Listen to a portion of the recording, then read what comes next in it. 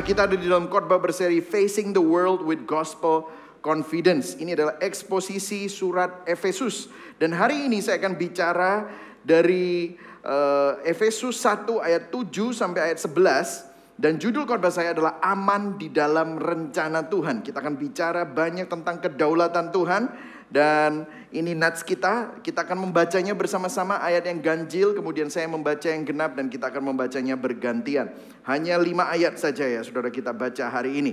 Efesus 1 ayat 7, 1, 2, 3. Sebab di dalam Dia dan oleh darahnya kita beroleh penebusan, yaitu pengampunan dosa menurut kekayaan kasih karunia-Nya, yang dilimpahkannya kepada kita dalam segala hikmat dan pengertian. Ayat 9, sebab Ia telah menyatakan rahasia kehendaknya kepada kita sesuai dengan rencana kerelaannya, yaitu rencana kerelaan yang dari semula telah ditetapkannya di dalam Kristus, sebagai persiapan kegenapan waktu untuk mempersatukan di dalam Kristus sebagai kepala segala sesuatu, baik yang di surga maupun yang di bumi. Ayat 11, aku katakan di dalam Kristus, karena di dalam Dialah kami mendapat bagian yang dijanjikan. Kami yang dari semula ditentukan untuk menerima bagian itu sesuai dengan maksud Allah yang di dalam segala sesuatu bekerja menurut keputusan kehendaknya. Beginilah firman Tuhan. Kalau saudara tadi baca, banyak sekali kata-kata yang bicara tentang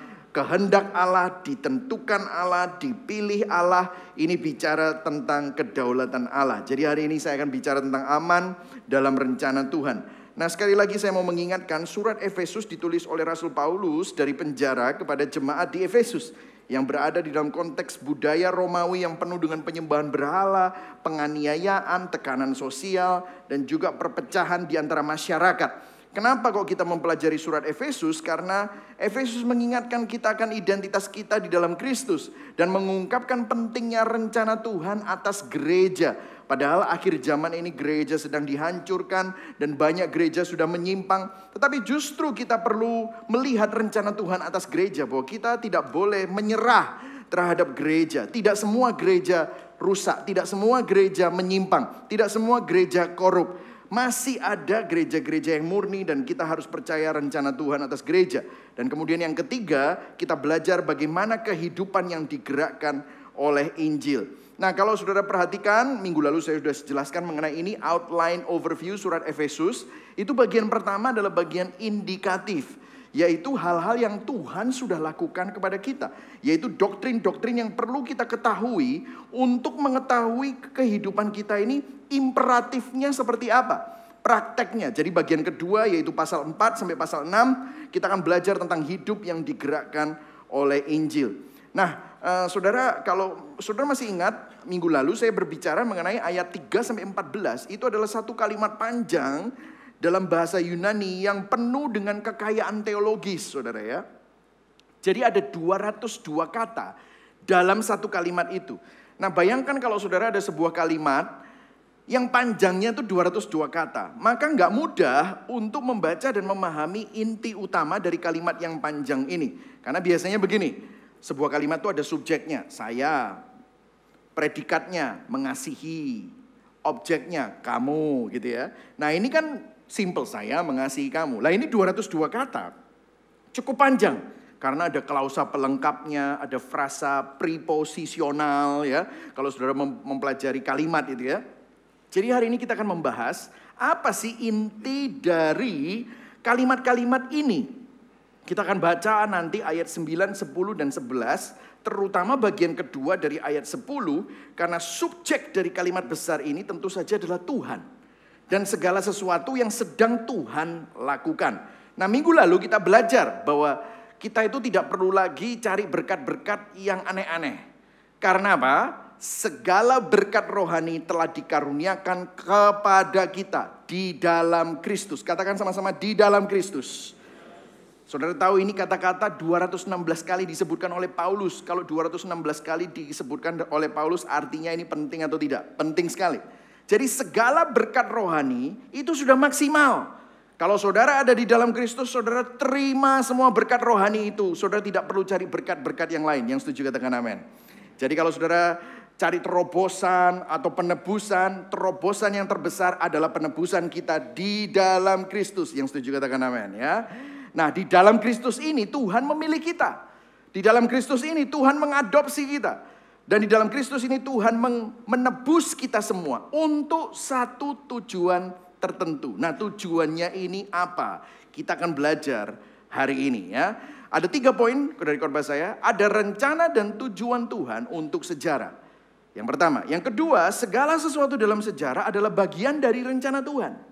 Dan yang ketiga, Yesus Kristus adalah inti dari rencana Tuhan itu. Jadi yang pertama, kita akan belajar ada rencana dan tujuan Tuhan untuk sejarah. Yang siap belajar katakan yes. Nah, sebelum kita mulai, hari ini kita akan belajar banyak filsafat ya. Katakan kepada kanan kirimu, sabar ya kalau dengerin ya. Ya, sabar ya.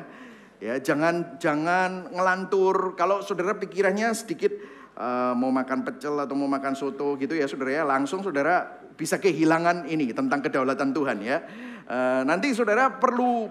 Nah, saya akan ulang beberapa hal yang saya bahas di minggu pertama di tahun 2025. Ya, nanti saudara akan mendengar kata fatalisme, saudara akan mendengar kata libertarianisme, saudara akan mendengar kata kompatibilisme, saudara akan mendengar kata antinomi ya.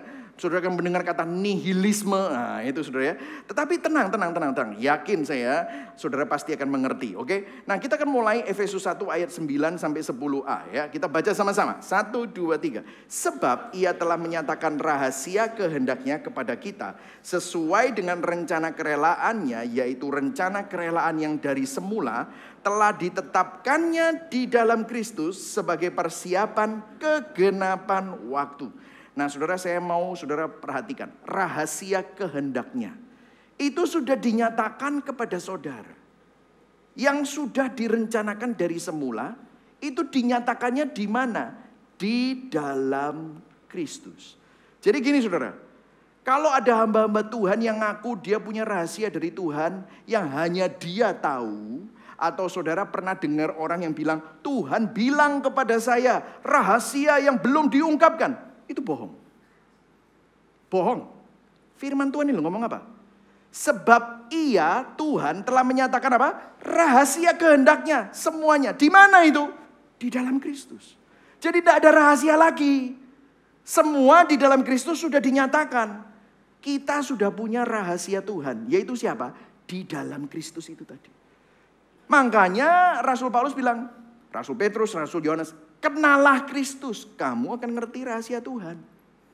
Jadi kalau saudara dengar the Lord told me, orang bilang gitu, Tuhan bilang sama saya, Tuhan bilang sama saya. Saya pernah dengerin orang Tuhan bilang sama saya, terus dia ngomong, kayaknya keren banget. Saya ingat, ini saya pernah dengar, saya pernah baca, ini di mana? Saya cari kata-kata itu, saya Google, ternyata yang ngomong Martin Luther.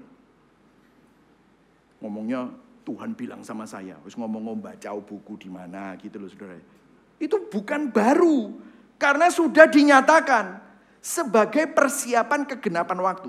Nah, NIV version bilang begini, to be put into effect when the times reach their fulfillment.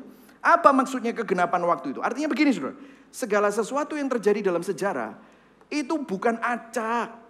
Ada arahnya, ada tujuannya yang akan tercapai kepenuhannya pada waktu yang telah ditentukan Tuhan. Dalam kedaulatan Tuhan, sejarah itu bukan acak. Bukan kayak kebetulan saja, bukan. Ini semua ada arah dan tujuannya. Mungkin saudara tanya, loh apakah termasuk bencana-bencana? Iya, termasuk perang di Ukraine. Iya, termasuk fire yang terjadi di California. Iya, itu semua ada arah dan tujuannya. Dan itu akan tercapai pada waktu yang telah ditentukan Tuhan. Nah, ini sangat bertentangan dengan keyakinan para ateis atau agnostik. Salah satu tokoh filsuf ateis yang tidak percaya adanya Tuhan namanya Bertrand Russell berkata begini saudara. Dalam bukunya A Free Man's Worship. Dia percaya bahwa orang itu nggak perlu menyembah Tuhan karena Tuhan tidak ada menurut dia. Dia bilang begini, manusia adalah hasil dari penyebab-penyebab yang tidak punya tujuan, tidak memiliki tujuan. Asal usulnya manusia, harapan manusia, keyakinan manusia hanyalah hasil dari pertemuan kebetulan atom-atom. Semua pencapaian manusia akan lenyap dalam kehancuran alam semesta. Dia bicara tentang hukum kedua termodinamik. Semuanya itu pasti akan hancur. Buktinya kita semakin tua, Kalau misalnya kayu dibakar jadi abu, abu nggak bisa kembali jadi kayu, ya. Semua itu termodinamika, semuanya akan hancur. Jadi ini semua hanyalah atom-atom yang kebetulan. Oh, kalau lihat pemandangan bagus, itu kayaknya seperti ada yang melukis, itu pasti ada yang melukis, itu Tuhan itu. Dia bilang, tidak, itu kebetulan. Dia bilang gitu. Wah, bumi itu begitu fine tuning. Begitu 10 km terlalu dekat sama matahari, kita semua akan terbakar semua. Atau mungkin 10 km terlalu jauh dari matahari, kita semua akan frozen. Semuanya akan kedinginan. Semuanya akan winter forever gitu ya. Oh, dia bilang itu kebetulan. Nah, dia bilang begitu, saudara. Nah, ini namanya adalah, filsafat ini namanya nihilisme eksistensial. Jadi artinya apa? Manusia dan semua yang dianggap bermakna hanyalah hasil kebetulan tanpa tujuan akhir. Nah, Alkitab menentang ini. Tapi agnostik sama ateis banyak yang percaya ini. Saudara, hati-hati. Anak-anak saudara itu banyak yang sudah kemasukan ini. Nah, semuanya kebetulan. Karena itu kita explore aja. Mau jadi laki, aku laki tapi aku mau jadi perempuan ya boleh gitu ya. Aku mukanya tampangnya Asia tapi aku percaya aku orang Afrika gitu ya. Boleh, terserah. Jadi itulah namanya dia mau explore segala macam. Ini nihilisme eksistensial. Dan bahkan seorang pujangga Inggris yang adalah seorang humanis mengatakan melalui karyanya Monolog Macbeth. Dia bilang begini, hidup hanyalah bayangan yang berjalan. Kisah yang diceritakan oleh seorang idiot. Dia bilang seakan-akan Tuhan itu idiot. Di dalam monolog ini hidup tidak berarti. Cerita yang penuh dengan kebisingan tanpa tujuan. Ini adalah pandangan nihilis yang ditolak oleh Injil. Nah, apa yang firman Tuhan katakan tadi, Alkitab dengan jelas menyatakan bahwa hidup kita tidak acak.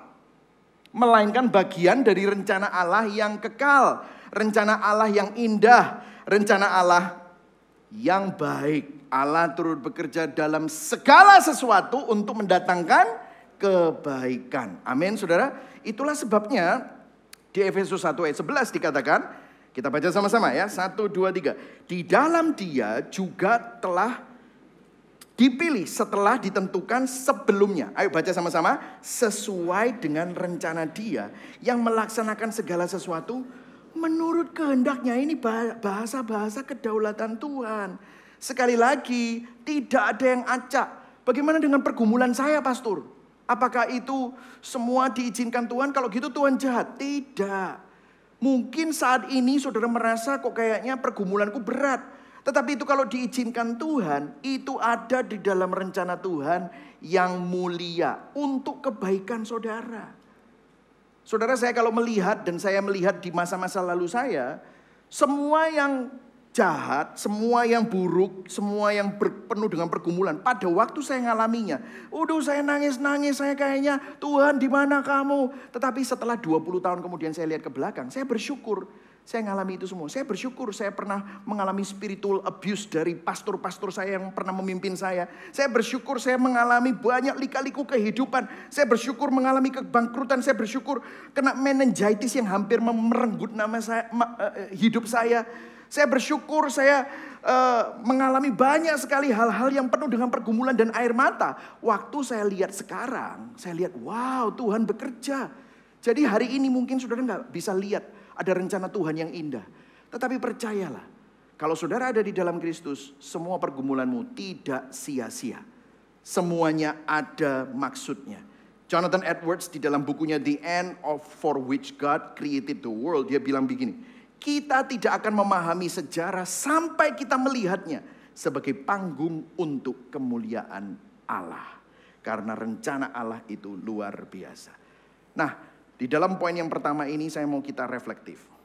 Bagaimana keyakinan bahwa Allah punya rencana dalam hidup kita mengubah cara kita memandang kehidupan. Terutama di tengah situasi yang tampaknya tidak terkontrol. Saudara mungkin mengalami sebuah pernikahan yang seakan-akan sedang diambang kehancuran. Saudara mengalami kehidupan, keadaan ekonomi yang seakan-akan sudah diambang kebangkrutan. Saya pernah mengalami semua, saudara. Dan di situ saya justru ketemu Tuhan. Nah, mungkin saat-saat itu justru saudara sedang diundang untuk kembali berjumpa dengan Tuhan. Pernah saudara merasa bahwa kehidupan ini gak ada artinya? Kok kayaknya sia-sia aja semuanya? No. Bagaimana kebenaran Injil itu memberi makna dan arah dalam hidup kita. Semua hidup kita itu bermakna, bahkan pergumulan saudara ada maknanya.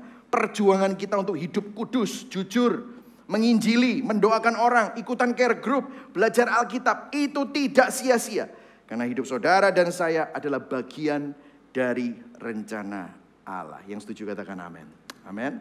Percayalah akan hal itu. Nah yang kedua saudara, termasuk dalam poin yang kedua, saya akan spend a lot more time di sini ya. Segala sesuatu dalam sejarah adalah bagian dari rencana Tuhan. Kalau saudara masih ingat ada sebuah film yang menang Oscar Academy Award yang judulnya di tahun 2010 judulnya adalah Slumdog Millionaire ya, a film by Danny Boyle ya. Dan di awal film Slumdog Millionaire itu ditulis gini, it is written. Sudah tertulis. Yesus juga pernah ngomong gitu waktu dia godai di padang gurun sama iblis. Lawanin Yesus kepada iblis itu apa? It is written. Nah, ini adalah pertanyaan yang sering muncul saat saya memberikan seminar apologetika atau saya pergi ke UK Petra, ke universitas, Veritas, ada pertanyaan-pertanyaan, mereka selalu nanya ini tentang kedaulatan Allah. Apakah segala sesuatu itu sudah ditakdirkan? Nah, ya, bahasa Indonesia itu segala-segala diomongnya takdir gitu ya. Kenapa sih kok dia itu hidupnya kok kayaknya enak terus ada orang yang bilang itu takdir Pak gitu. Oh kalau dia itu hidupnya sorot terus, kasihan terus gitu ya. Dia hidupnya kayaknya mengalami banyak kemalangan, ya itulah takdir gitu ya saudara ya. Apakah segala sesuatu ditakdirkan? Dan ini menjadi pergumulan manusia. Dunia sekuler sampai sekarang belum menemukan jawabannya. Ada orang yang percaya bahwa hidupnya itu sudah ditakdirkan, makanya dia pergi ke peramal ya. Makanya saya pernah ketemu sama orang yang punya buku primbon untuk riwayat hidupnya. Wah, nanti umur segini kamu akan nikah sama orang yang kayak gini, terus kamu akan soro, orang itu akan menyiksa kamu ya. Mateng kan gitu sudah ya. Terus habis itu nanti kamu akan umur segini sakit, habis itu waktu kamu sakit itu bisnismu tiba-tiba jaya gitu. Loh kok kayak gini, terus nanti kamu umur segini mati gitu ya. Terus kamu punya anakmu akan primbon. Waduh, segala sesuatu sudah ditakdirkan. Nah itulah sebabnya kalau saudara perhatikan film fiksi ilmiah seperti sci-fi movie itu berusaha mengubah sejarah dengan apa? Time travel. Wah, ya kan? Perjalanan melawan waktu ke masa lalu. Nah makanya para ilmuwan berusaha mengeksplorasi ini. Bahkan Albert Einstein punya teori untuk time travel. Pertanyaannya gini kan, dapatkah sejarah diubah? Bisa nggak Hitler itu nggak jadi Hitler? Bisa nggak perang dunia pertama dan perang dunia kedua itu dicegah? Apakah setiap usaha untuk mengubah sejarah sebenarnya kejadian yang sudah ditakdirkan, sudah tertulis gitu? Jadi manusia terus-menerus bergumul dengan pertanyaan-pertanyaan ini. Dan mungkin saudara tahun 2025 punya pandangan tentang hal ini dan saya mau meluruskannya untuk sesuai dengan Alkitab. Pertanyaannya biasanya dua, saudara. Apakah kita punya kehendak bebas? Apakah kita bebas berkehendak? Atau segala sesuatu atas sejarah itu sudah ditakdirkan dan tidak dapat dihindari oleh manusia? Nah, saya akan mengulang beberapa istilah-istilah yang saya bahas di minggu pertama. Dan saya pernah membahasnya juga di dalam eksposisi kitab pengkhotbah mengenai kedaulatan Allah. Katakan pada sebelahmu, sabar ya, sabar. Nah oke ya, sabar ya. Tapi saudara yakin saya, framework saudara keluar dari sini, saudara akan jadi lebih ngerti, saudara akan tenang. Orang yang punya pengetahuan dan mengenal Tuhan itu jadi lebih tenang, oke? Ya, sabar. Jadi jangan WA-WA-an, ini ngomong apa sih yo, engko mangan nang ndi ya saudara ya. Jadi jangan gitu ya saudara ya. Oke, jadi gini, dunia punya jawaban atas dua itu, tapi ekstrim. Pandangannya apa? Yang pertama pandangannya fatalisme. Katakan sama-sama, fatalisme. Terus ekstrim satunya pandangannya namanya libertarianisme. Katakan sama-sama, libertarianisme. Nah dua-dua ini bukan pandangan Alkitab. Dua-dua ini manusia yang berusaha cari jawaban, terus menyerah dengan jawaban itu. Nah fatalisme, katakan sekali lagi, fatalisme. Ini pandangan ekstrim. Dia percaya gini, oh nggak ada kebebasan memang. Kita ini semua robot. Kehendak bebas hanyalah ilusi. Segala sesuatu sudah ditakdirkan. Akibatnya jadi skeptis, apatis, pesimis. Percuma lah. Mau usaha soro-soro juga sudah terlihat kok hasilnya. Ada orang Kristen nggak seperti ini? Ada. Segala kedaulatan Tuhan, segala kedaulatan Tuhan. Males, nggak usah kerja. Kedaulatan Tuhan toh. Dapat customer atau enggak, salesnya naik atau turun, semua kedaulatan Tuhan. Nggak berusaha. Akhirnya jadi apa? Kehilangan makna kehidupan. Mudah depresi. Hidup dalam keputusasaan. Saya kasih contoh. Orang yang struggle terus dalam pekerjaan. Fatalis. Dia bilang apa? Takdir memang. Gitu. Memang aku ditakdirkan hidup soro. Nah kalau ada orang sukses. Itu tidak ada hubungannya sama kerja kerasnya. Itu memang takdir. Nah itu saudara. Kalau orang bergumul dengan pasangannya, suami dan istri. Aduh aku iki disiksa ambek bojoku. Terus gitu misalnya. Ya itulah takdirmu. Nah itu kan saudara ya. Itulah takdirmu. Atau kalau dia tuh kok cek bahagianya ya. Istrinya sayang sama dia. Anak-anaknya hormat sama dia. Ya itu takdirnya dia. Itu fatalis. Dan itu bukan Alkitab. Segala sesuatu kalau orang fatalis bilangnya takdir. Semua kalau Kristen kedaulatan Allah. Kedaulatan Allah. Itu juga gak benar. Nah tetapi di ekstrim satunya. Ini sangat gini. Masa depan kita ada di tangan kita. Pilihanmu hari ini akan menentukan masa depanmu. Wah, itu motivator ya saudara di mana-mana ya. Ya, karena itu pilihlah baik-baik ya. Dan itu ada benarnya, tetapi ada batasnya. Mereka kan berkata gini, ciptakan masa depanmu. Akibatnya apa? Kalau berhasil, wah ini karena pilihanku. Memang aku ciami, aku sombong akhirnya kan. Jadi sombong.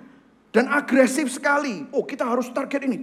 Bagus gak? Bagus. Tetapi implikasinya adalah dia tidak pernah tenang. Penuh ketakutan dan selalu khawatir akan masa depan. Misalnya ya, saya kasih contoh yang sama dengan yang fatalisme tadi. Kalau orang yang libertarianisme bergumul dengan pasangannya, suaminya atau istrinya. Dia pasti mikir gini, jangan-jangan aku keliru kawin. Aku butuh bojo baru.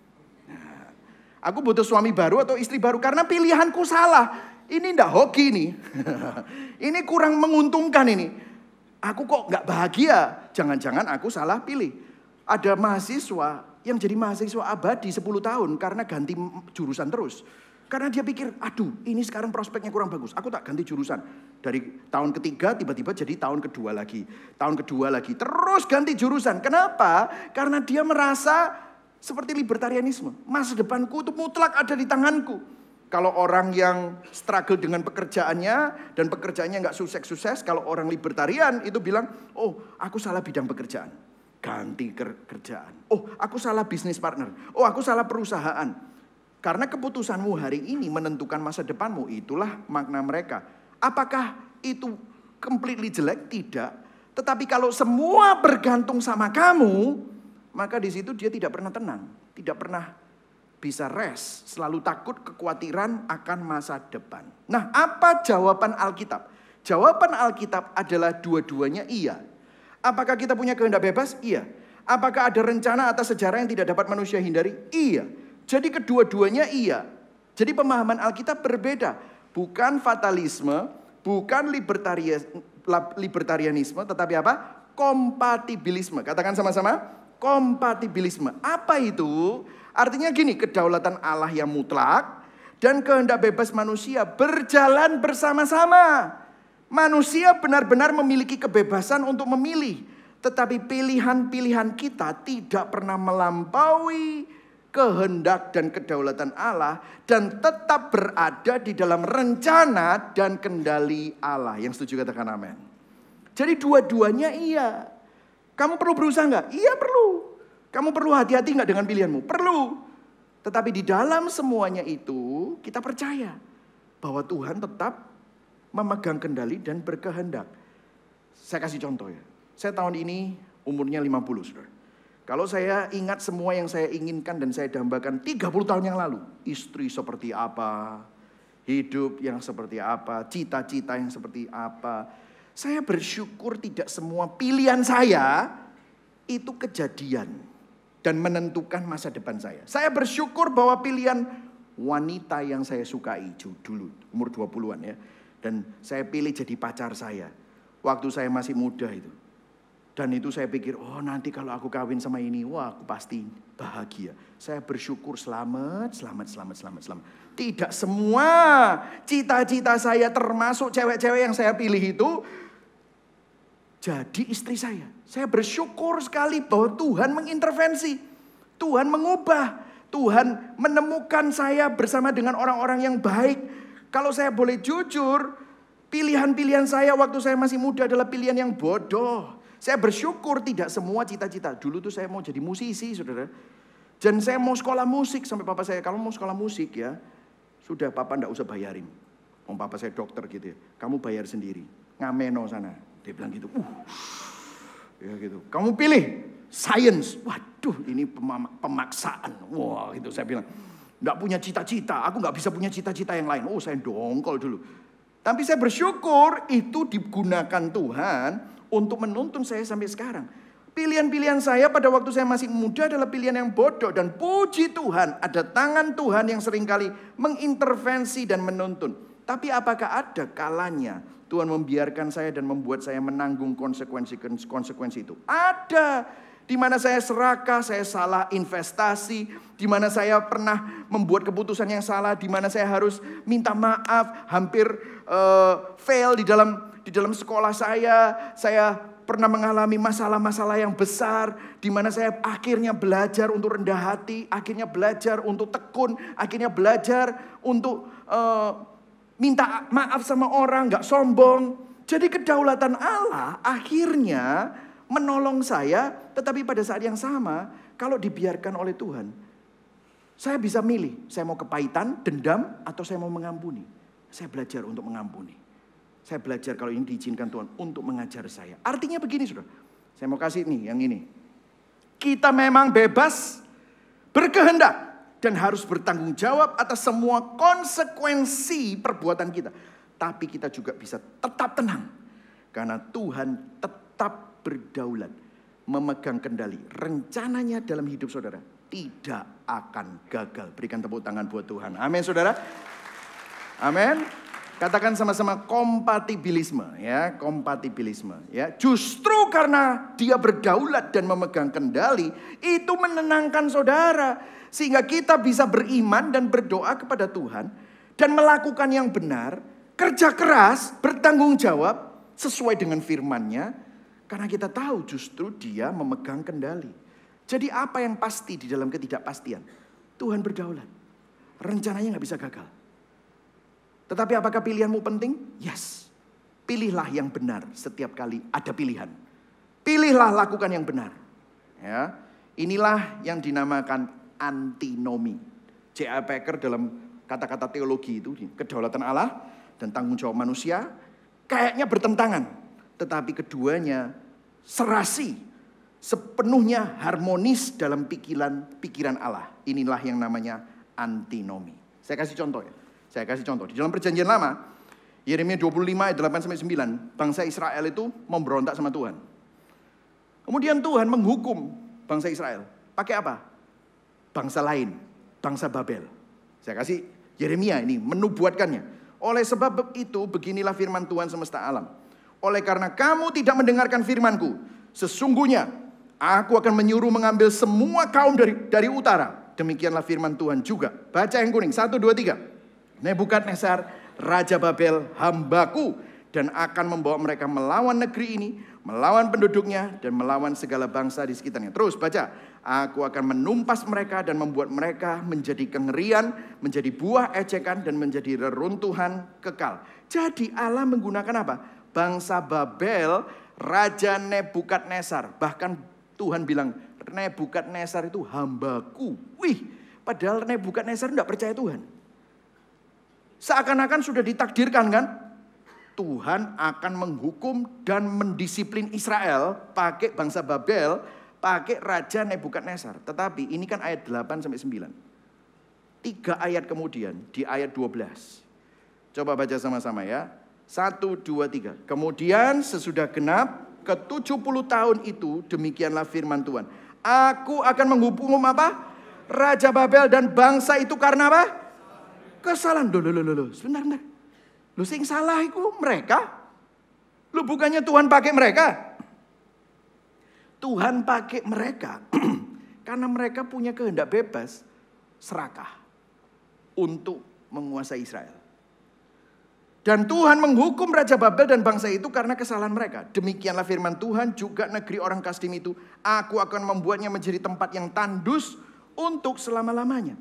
Jadi setelah menggunakan bangsa-bangsa ini untuk menghukum dan mendisiplin Israel, Tuhan tetap memegang mereka bertanggung jawab atas kejahatan yang mereka lakukan. Jadi Allah dalam kedaulatannya menggunakan bangsa-bangsa ini untuk mendisiplin Israel. Tapi bangsa-bangsa ini harus tetap bertanggung jawab atas kejahatan mereka dan dosa-dosa mereka. Sehingga keadilan dan kedaulatan Allah itu sempurna di dalam sejarah. Jadi ini yang dinamakan antinomi tadi oleh J.I. Packer. Allah sepenuhnya berdaulat, tapi manusia sepenuhnya bertanggung jawab atas tindakannya. Kita nggak bisa memahami, tetapi keduanya ada di Alkitab. Dan Alkitab jelas mengajarkan kedua-duanya. Amin, saudara. Kasih contoh lagi. Efesus, ya. Are you with me? Are you with me? Ya. Katakan pada kanan ini. Wes sabar. Ya, oke, sabar ya. Sudah mulai ngerti kan, saudara ya? Oh, aku ini disuruh tetap bertindak aktif ya. Yes. Aku terus bertanggung jawab ya. Iya. Pilih-pilih yang benar. Ya, hidup yang kudus. Ya, jujur, yes. Tapi dalam pilihan-pilihanku, kalau ternyata aku salah pilih, Tuhan juga kalau izinkan, itu juga Tuhan pakai. Tuhan tetap berdaulat. Wow, luar biasa. Nah, coba kita lihat di Efesus 1. Nah, di Efesus 1 dikatakan gini. Baca sama-sama. 1, 2, 3. Sebab di dalam Dia, Allah telah apa? Memilih kita sebelum apa? Loh, ini kedaulatan Allah. Sebelum dunia dijadikan, Tuhan sudah pilih kamu loh. Untuk apa? Ayo baca sama-sama. 1, 2, 3. Supaya kita kudus dan tak bercacat. Lah, saudara sekarang kudus belum? Secara posisi sudah dan sedang dalam proses dikuduskan terus-menerus. Tapi gagal nggak? Akan gagal nggak? Tidak akan gagal karena Tuhan sudah berencana dari awal. Dalam kasih ayat 5, Ia telah menentukan kita dari semula oleh Yesus Kristus untuk jadi anak-anaknya. Sesuai dengan kerelaan kehendaknya. Jadi ini kata-kata kedaulatan Allah. Memilih, menentukan dari semula sebelum dunia dijadikan. Jadi Allah memilih kita untuk diadopsi menjadi anak-anaknya, dijadikan kudus dan tak bercacat di hadapannya. Saya mau tanya sama saudara, boleh dijawab. Ini bakal gagal atau akan berhasil? Akan berhasil, tidak akan gagal. Yang setuju katakan amin. Nah, tetapi kemudian ini kan Efesus 1. Lah kok di Efesus 4 Rasul Paulus bilang gini. Sebab itu aku menasihatkan kamu. Aku orang yang dipenjarakan karena Tuhan. Baca yang kuning. 1, 2, 3. Supaya hidupmu sebagai orang-orang yang telah dipanggil berpadanan dengan panggilan itu. Loh, katanya sudah dipilih. Tidak akan gagal. Lah kok ada nasihat? Nasihatnya gini. Pastikan lo ya. Hidupmu sebagai orang yang telah dipanggil. Hidupmu berpadanan. Ojo rusak hidupmu. Jangan selingkuh. Bisnis yang jujur. Berintegritas. Jangan ngejak duit orang. Hormati orang tuamu. Hidupmu sesuai dengan panggilan itu. Kan mestinya kalau sudah dipilih, nggak masalah. Kita rusak, kita dosa, wong kita sudah dipanggil. Nanti pasti nggak akan gagal. Nah itu fatalisme.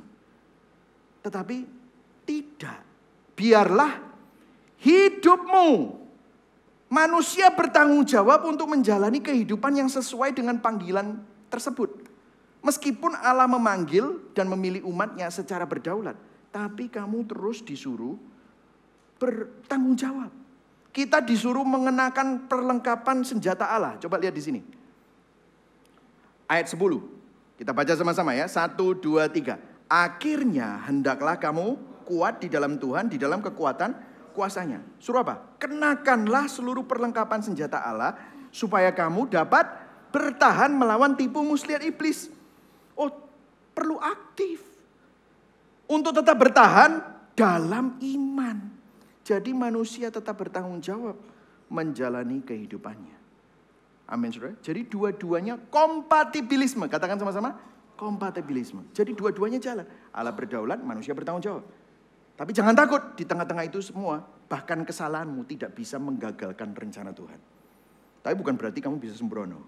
Nah, nangkap ya saudara ya. Boleh saya kasih satu lagi? Apa sudah cukup? Sudah panas? Gitu, satu lagi ya, ini tentang Yesus. Nah, Petrus yang ngomong. Jadi ini bukan teologi Paulus saja, bukan. Ini teologi Alkitab. Kisah Para Rasul 2 ayat 23. Dia khotbah. Dia bilang gini. Dia, siapa itu? Yesus yang diserahkan menurut apa? Maksud dan rencana Allah. Disalibnya Yesus sudah direncanakan. Yaitu rahasia tadi itu. Tapi lihat. Kamu salibkan dan kamu bunuh oleh tangan orang-orang durhaka. Lihat di sini. Kematian Yesus adalah bagian dari rencana Allah yang kekal, kedaulatan Allah. Namun tindakan mereka, orang-orang durhaka itu menyalibkan Yesus, tetap dianggap sebagai dosa, tanggung jawab manusia. Ini mencerminkan paradoks Alkitab bahwa Allah berdaulat sepenuhnya atas sejarah. Tetapi manusia tetap bertanggung jawab atas pilihan-pilihannya. Makanya Augustine di dalam bukunya Confessions, dia bilang begini. Apa yang tampaknya kekacauan, chaos bagi kita, di hadapan Tuhan adalah rencana yang sempurna dalam pandangan Allah. Nah, reflektifnya di bagian ini, saudara. Saudara yakin dan percaya nggak bahwa Tuhan menggunakan semua peristiwa dalam kehidupanmu, termasuk yang sulit, termasuk waktu kamu gagal, termasuk waktu kamu bangkrut, termasuk waktu kamu sakit, untuk mencapai tujuannya? Percaya nggak? Saudara harus percaya bahwa Tuhan itu begitu mengasihi saudara. Tetapi di dalam semua peristiwa-peristiwa, termasuk yang gak enak, Tuhan tetap berdaulat dan memegang kendali dalam hidup saudara semua. Yang setuju katakan amin.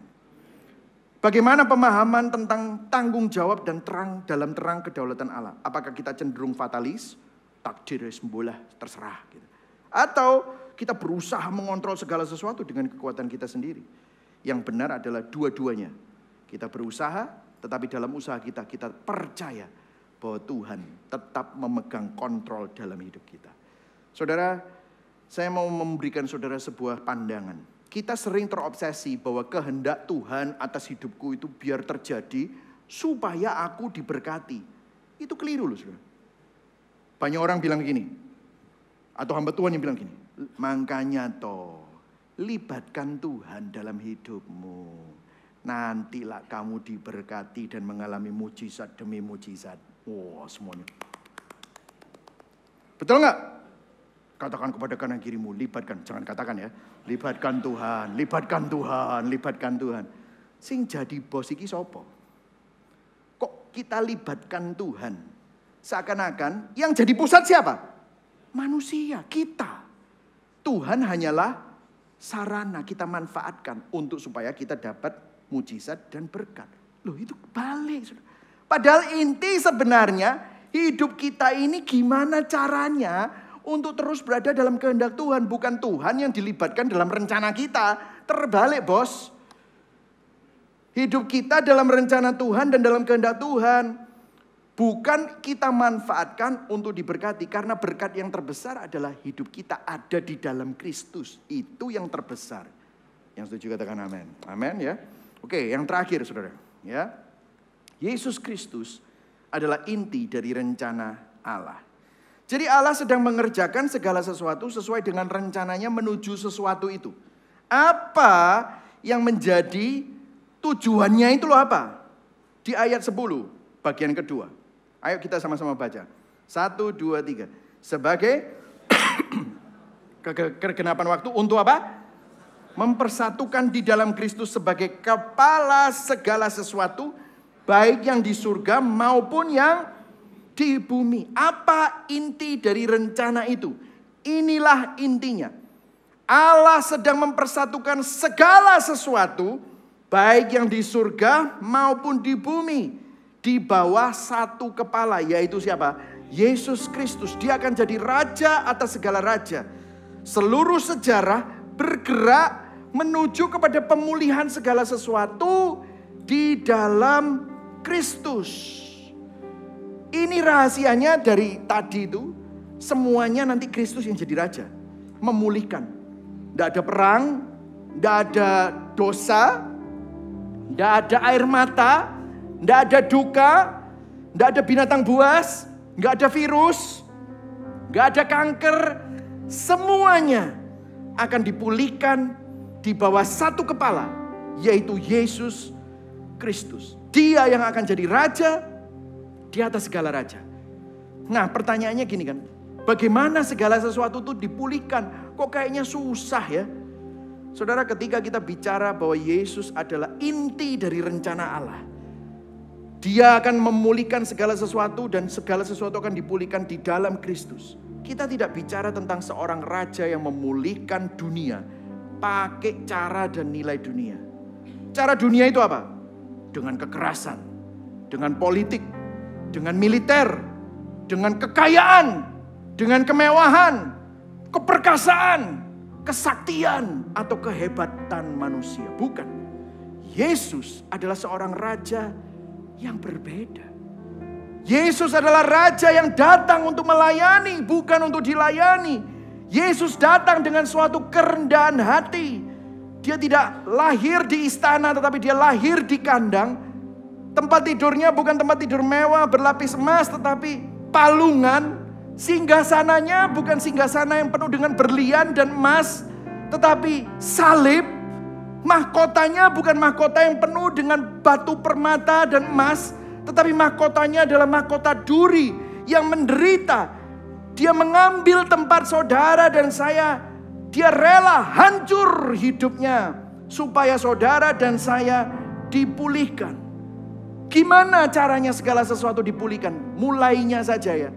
Kalau dulu di awal Adam itu mestinya punya potensi untuk terus bisa memelihara ciptaan Allah. Tetapi di Taman Eden, saya berikan gospel kontras. Di Taman Eden, Adam memberontak melawan kehendak Allah. Dan akibatnya seluruh dunia jatuh ke dalam kehancuran. Hubungan dengan Allah rusak. Hubungan dengan sesama rusak. Hubungan dengan diri sendiri, citra diri kita rusak. Hubungan dengan ciptaan rusak. Semuanya hancur.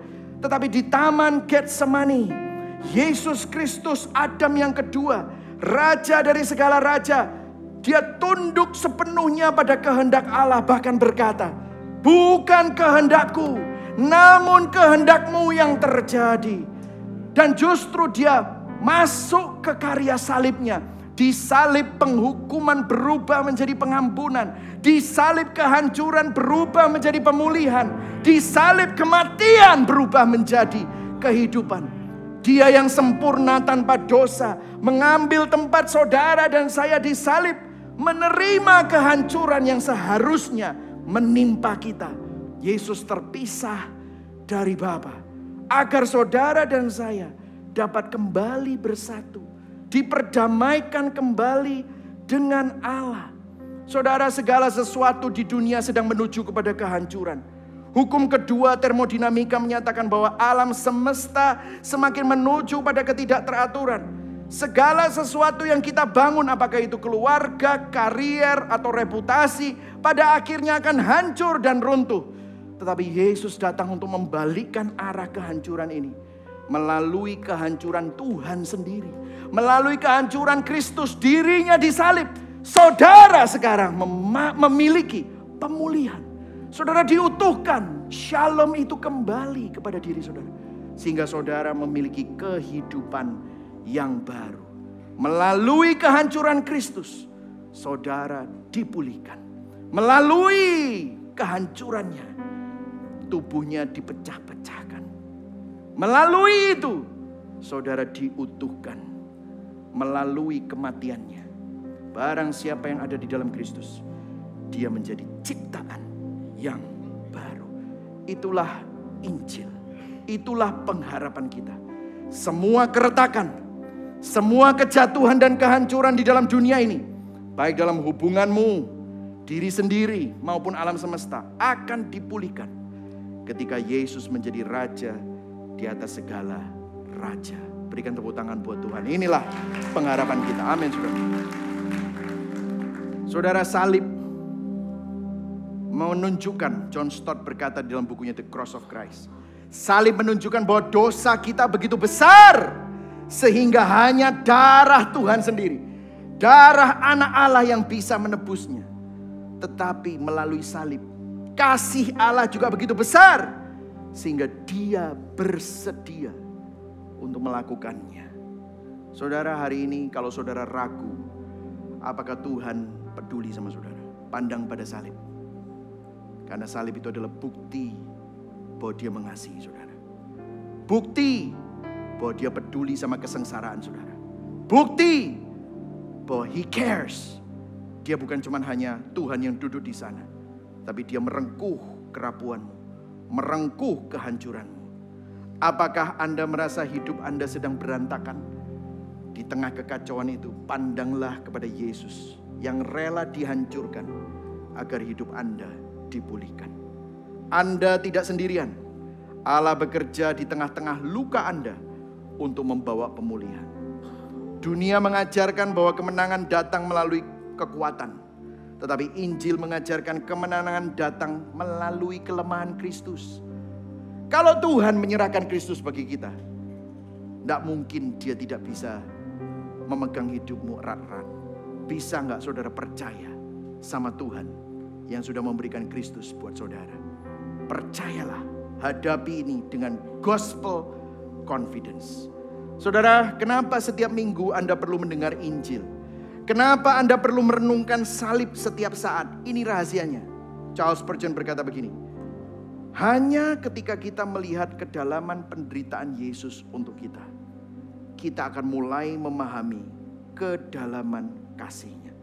Saat kita memahami kedalaman kasih-Nya, di situ kita bisa tenang. Salib adalah bukti tertinggi kasih Tuhan bagi saudara. Dia rela lakukan itu karena dia mengasihi saudara dan saya. Tidak ada yang bisa memisahkan kasih kita. Tidak ada yang bisa memisahkan kasih Kristus sama kita. Tidak ada. Karena Kristus memegang erat melalui karya salibnya. Mari sama-sama bangun berdiri, saudara. Sebelum kita meresponi firman ini, kita nanti akan naikkan lagu Christ Our Wisdom. Saya akan bacakan implikasi Injil, oke saudara ya. Orang berinjil memahami bahwa Allah memiliki rencana yang sempurna. Yang setuju katakan amin. Sehingga memiliki kedamaian di tengah ketidakpastian. Apa yang pasti? Rencana Tuhan sempurna dan tidak akan gagal. Amin saudara. Orang berinjil percaya bahwa kehendak Allah yang sempurna pasti tercapai. Bahkan melalui setiap pilihanmu atau kegagalanmu, Tuhan tetap berdaulat. Orang berinjil tidak pasif, terus kerja, terus berusaha, serta melayani Tuhan, namun tetap bisa tenang dan rest. Karena Tuhan berdaulat di dalam rencananya yang indah dan tidak akan gagal. Berikan tepuk tangan buat Tuhan kita, amin.